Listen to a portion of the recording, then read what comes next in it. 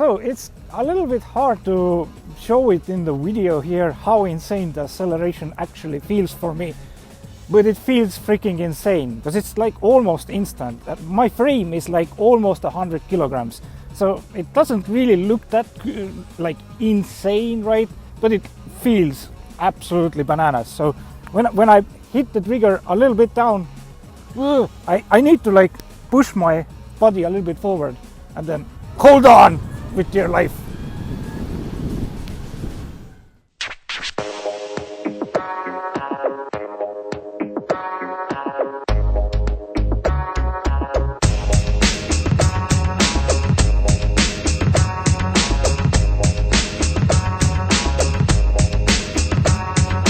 Alright, so I finally got my Evolve Hadean. Today we're gonna do a quick little review. So, the Evolve Carbon Hadean, is it worth the monies?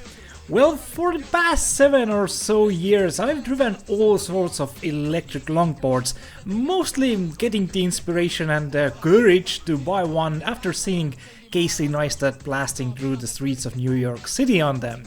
As an IT office worker who had never ever even ridden a board before, it was pretty slow going, but once I got the hang of it, I just found this to be super awesome, relaxing and just freeing. If you ever feel depression kicking in a little bit, try out e-skate. Anyway, long story short, I picked up the Carbon Hadean for around 2,400 euros here in East Europe at the beginning of 2023, and after some ups and downs, I managed to ride most of the 2023 summer on this thing. So is this board worth the premium money or not? To find out, I'm going to section the review into a few brackets of sorts. Ride quality, battery life, speed and acceleration, and finally build quality. So, the ride quality. I have to say that Evolve has nailed it. The deck on the Carbon Hadean is just perfect. The size and shape for my feet is great, and it really doesn't have any real concave in it. Meaning, when you stand on this thing, it just feels legitimately perfect and great for very long rides. I was a bit worried coming from the Bamboo GTR that it won't have any flex and will be pretty horrible to drive on the 97mm, but after getting a quick test drive from a friend of mine named Olev a year earlier for like half an hour, I was pretty sold on it. It instantly felt just great even on the 97s. Going over small curbs when crossing roads or even some small gravel, it still feels just fine. The double kingpin trucks here are great for tight turns, and overall maneuvering in the city felt great. It's just a 10 out of 10 ride experience. Also, let's not forget about the remote. A good remote makes a world of a difference. For the first 5 years I drove with the cheapest Chinese remotes that you can find. You know, the ones where you push with your thumb to go forward and then pull your thumb back to make it stop, right? Well, Evolve has really evolved in this spot, at least for me. This is the only remote out there that feels like a wheel for a car or a joystick for a plane, right? The trigger remote is the way forward for e-skates. Still kinda boggles my mind that almost every other e-skate company out there are still using the thumb remotes. The extra thrill and precision you get with a trigger remote like Evolve's brand new phase remote just elevates your rides to a new level. Just try it out once and you'll understand, I'm pretty sure. The menu itself on the remote is very well thought out and easy to navigate and use. I just wish there were some more customizable options or features, like let me double tap an option button to force the board into a sleep mode. so I don't have to turn off the remote and the board each time I want to come off the board and go for a walk inside somewhere, right? And maybe give the riders a heads up vibration if the remote detects any sort of issues with the board, like a bad cell in the battery. It'll save a lot of users from bad falls and people thinking their board breaks out of nowhere when actually their battery cells have gone bad and the power cuts off with a violent jolt because of it. Now, as the deck and overall ride quality are so good, you just wanna keep riding. You don't wanna stop and charge every 10 or 15 kilometers, right? Or like, 10 miles. So let's dive into the battery life. The Carbon Hadean uses 691 watt-hour custom battery, which on one single charge I was able to consistently get around 50 kilometers on the 97 street wheels as a 95 kg rider, or for the US citizens around like 210 pounds, or as much as one average like refrigerator. In that test I also rode up a steep hill, so you can definitely get more range out of it, especially when you don't weigh as much, right? For me though, this is more than enough, but if you ride the older rain wheels, you will definitely get a lot less range. But I don't have all the rain wheels, so I can't really test it.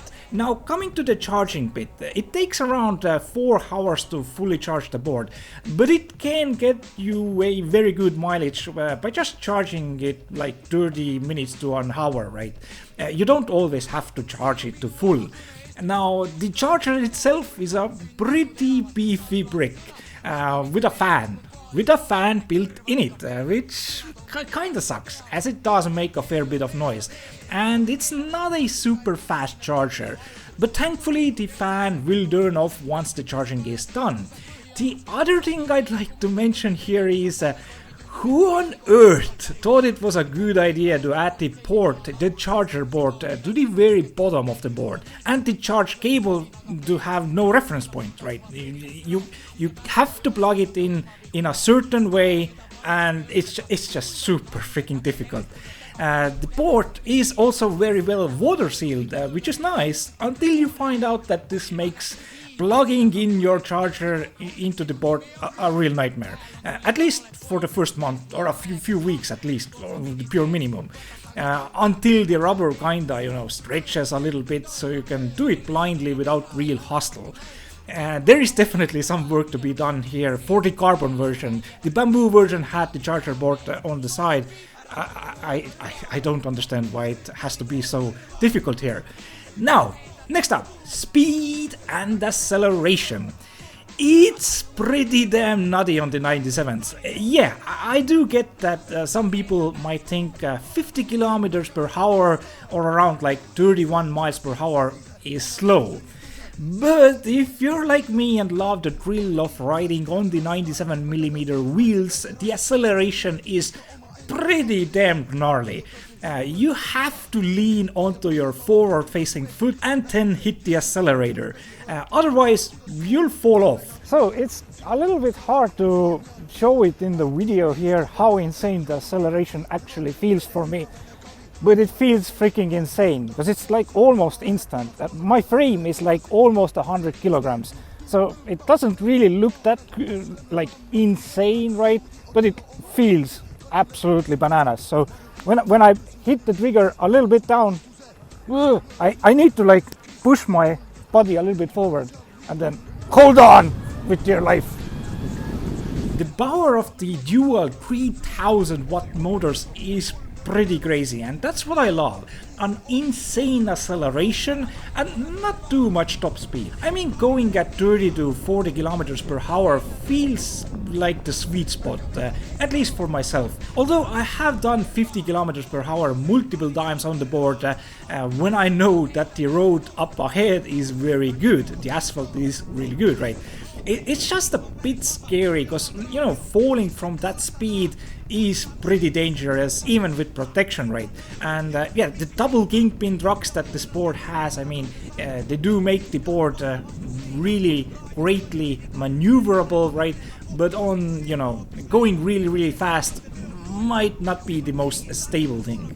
But alright, how about the build quality? Well, it's pretty good. The parts do feel premium, but if you start to go into finer detail, ride the board for over a month, you do start to notice things. I've actually had quite a few problems with my Hadean, which has lost me months of ride time and got me a couple of bad bruises. Firstly, when I got my board, I drove it about 2 hours in total when I heard a loud bang from the back of the board, which resulted in a locked motor the very next day. Very strange. Now, I was expecting Evolve to send me a new board straight away because I literally just bought it, well, actually bought it 4 months ago, but they didn't have it in stock for 4 months. But yeah, no, I needed to send this entire board back to their Germany service center, where it was for around a month. Got it back with a replaced BMS, so they had a short supply on the BMSs and I needed to wait. Alright, well, no biggie, things happen, right? Well, after a few weeks of riding, the board started to turn off out of nowhere. Found out that some cells in the battery were red, aka bad. Okay, again, needed to send the entire board back to Evolve Germany. This time I had to really convince them for a long time until they finally accepted that the battery indeed was bad. They replaced my battery and a month or so later I was back on my board, maybe like 4 weeks. This time I got to ride a good couple of months until the same exact thing happened. Some red cells, some red bad cells started to appear on the phase remote in the voltage menu, and yeah, the board would start to turn off at random times. But this time I had it happen at speed, and it literally felt like someone pulled the handbrake. Went flying, and yeah, it also got off power when I started to accelerate from a standstill. So I hit the accelerator trigger as I always do, and yeah, this caused another very scary and very hurtful accident for me. Once again, sent it back to Evolve Germany, and again the battery was indeed faulty. Now, the final time I got my board back was during the very end of the summer, and I wasn't really able to drive it anymore because the weather was just so bad. And yeah, I guess I'll find out next summer, right? The next season, 2024 season, if this finally permanently fixed all my issues. But digging around the internet, I did find someone who has made a pretty good post about this and how to fix it. It seems that the battery cells go out of sync over time after doing many charge cycles, and you need a special tool to resync all the cells. It's a pretty invasive procedure, as you need to void your warranty and do some soldering, but I will leave a link down below in the description so you can check it out if you really need to do this thing.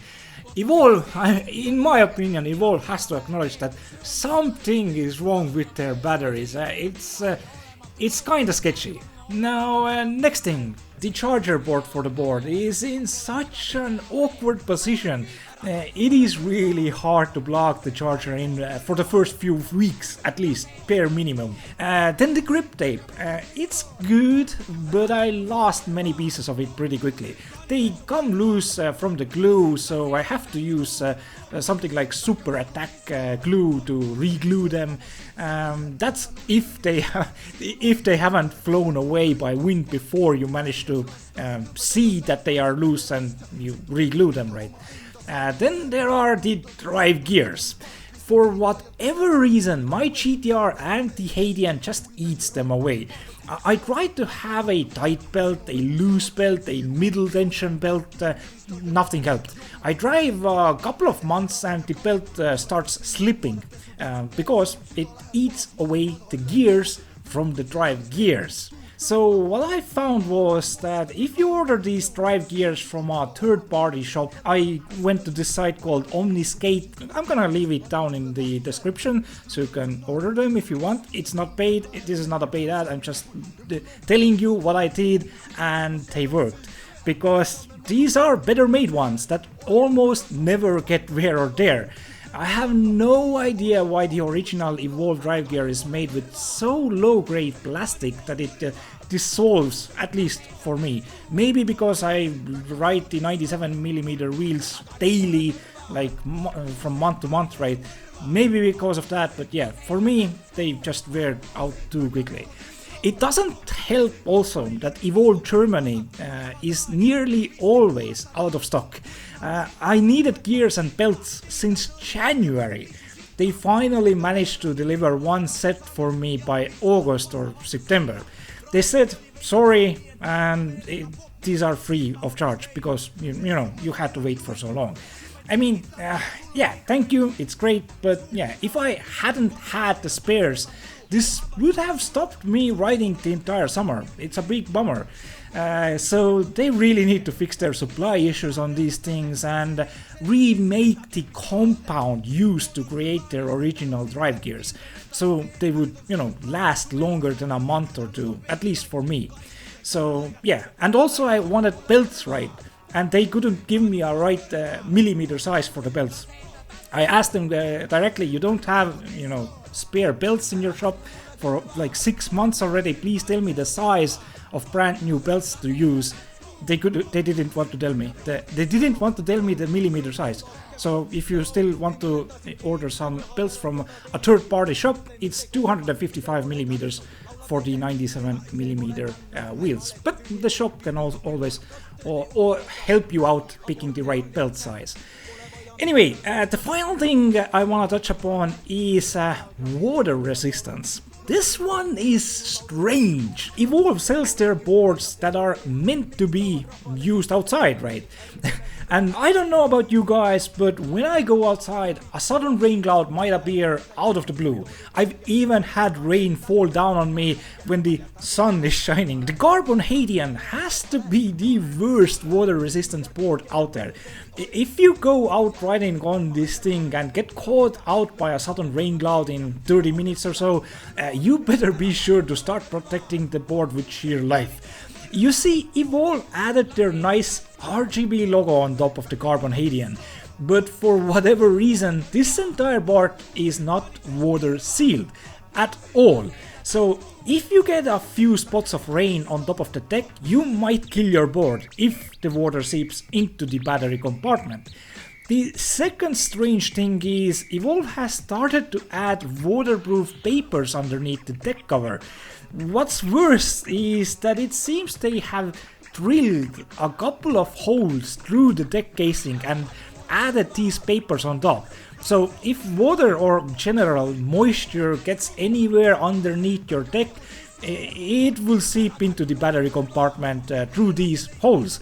Showing also that, of course, you've had some water in the board, or at the very least, you've had your board in some kind of a very humid place, right? I guess most water will just seep in through the sides of the RGB logo. Now it does have a rubber casing under the deck, but that's just a dust protector and maybe makes standing on the board a little bit more comfortable. Evolve has stated that it is splash proof, but as I still have a warranty and I did pay for my board, I don't want to open the board completely up to check, you know, how well exactly the sealing is. I do fear that the RGB LED strips at both sides of the board might be connected to the battery case and they might not be water sealed. So even if you splash through some water, the water might get into the battery compartment through the LED strips. So yeah, do not ride in rain, as they say. I never ride in rain, but you never know when you get caught out by a sudden flash of fast approaching storm, right? I guess the best thing to do is just remove your shirt and wrap it around the RGB logo and pray for Jesus. Anyway, moving on to my overall thoughts. Well, to me, this is still the most perfect board to buy in 2023 and maybe even in 2024. Yeah, it is lacking a little bit in build quality, and the water resistance is absolutely horrible, at least on the carbon Hadean, right? And I 100% believe this needs to be addressed. Boards you ride outside should be as watertight as your neighbor's Tesla. But once you are on the road, hit the accelerator on the trigger remote, feel the wind in your hair. This thing is just so close to being one of the best electric longboards in the world. The overall size and weight is also something I have to talk about. It's just 12.3 kilograms or 27 pounds. It's pretty large, but not as heavy as you think, meaning it's pretty easy to carry it around with you when doing daily shopping. The carbon deck edges are super silky smooth, and it just feels great to hold it in your hand, and you can easily drag it along from the front truck if needed. I did need to bend my knees a little bit versus my old GTR, but then I did find out that buying new shoes with thinner soles made it possible to drag it along without having to bend my knees. Benefits of being around 177 centimeters short, or like just under 6 feet. Evolve could maybe raise the height of the motors a little bit, so it would be easier to drag the board along for taller people as well. But yeah, it's a great board. Still kind of boggles my mind how super thin it is, considering how it gets you 50 kilometer range at 96 kilogram rider weight, and still does like 50 kilometers per hour in like 2 seconds or something, like crazy acceleration. And yeah, looks stunning with the RGB lights and stuff, although yeah, the RGB lights are like the weakest point for water resistance. But yeah, it accelerates like a bat out of hell on those 97 mil wheels. So my final score for the Evolve Hadean is a 7 out of 10. Now, I did have multiple issues with my board, but maybe you don't, right? But in my opinion, taking into consideration like what I had to go through with this board, yeah, I can't give it more than 7. Maybe some would even say you shouldn't even give a 3 out of 10 for this board, but no, when it works it's a really perfect board, but there seems to be some gremlins in this thing that needs to be ironed out and fixed out. I actually feel like a game beta tester or something like that. That's what I feel when riding the Hadean. But I so love riding the Hadeans, and there's nothing quite else like it on the market, at least for me, because of the trigger remote. So I'm kinda stuck at a rock and a hard place. I feel the biggest things Evolve could improve upon here is to make it properly waterproof, you know, like cars or bikes on the roads, right?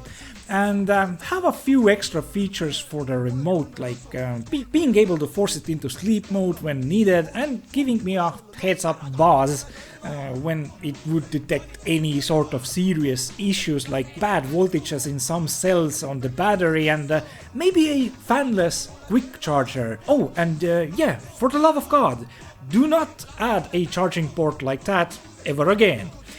Anyway, yeah, that's about it for me right now. Hope to see a lot more people driving e-skates in 2024, and yeah, let's see what cool new boards come out in the years to come. Thanks for watching. Maybe subscribe. Alright, chilling here next to the Baltic coast, and it's an absolute blast to ride on the Hadean.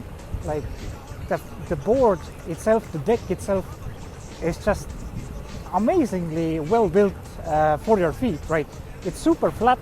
It's not really, it doesn't have a harsh concave or something, but it is a small little, like a drop down deck, right? So you easily know where the edges are. well, at least the front and the back, and it's just so nice because you know you can go like 50 kilometers on one single charge on this thing, even if you weigh like 100 kilos, at least on the street wheels, right? And it's just so amazing because your feet never really start to hurt. It's just it feels so nice, and to carve on the carbon deck, right? It's so good. It's so good. And I used like the bamboo GTR for 2 years, and I was really skeptical about going on the carbon, but I knew I needed to go on the carbon because I broke 2 bamboo GTR decks. The deck just snapped from behind, and maybe it's just coming off the curbs, right? And it couldn't take it. I broke like 1 per year. It's just really ridiculous. So when I actually tried the carbon Hadean for the first time, I was so surprised. It was so lovely to ride on, and this thing, yeah, and it also has insane acceleration.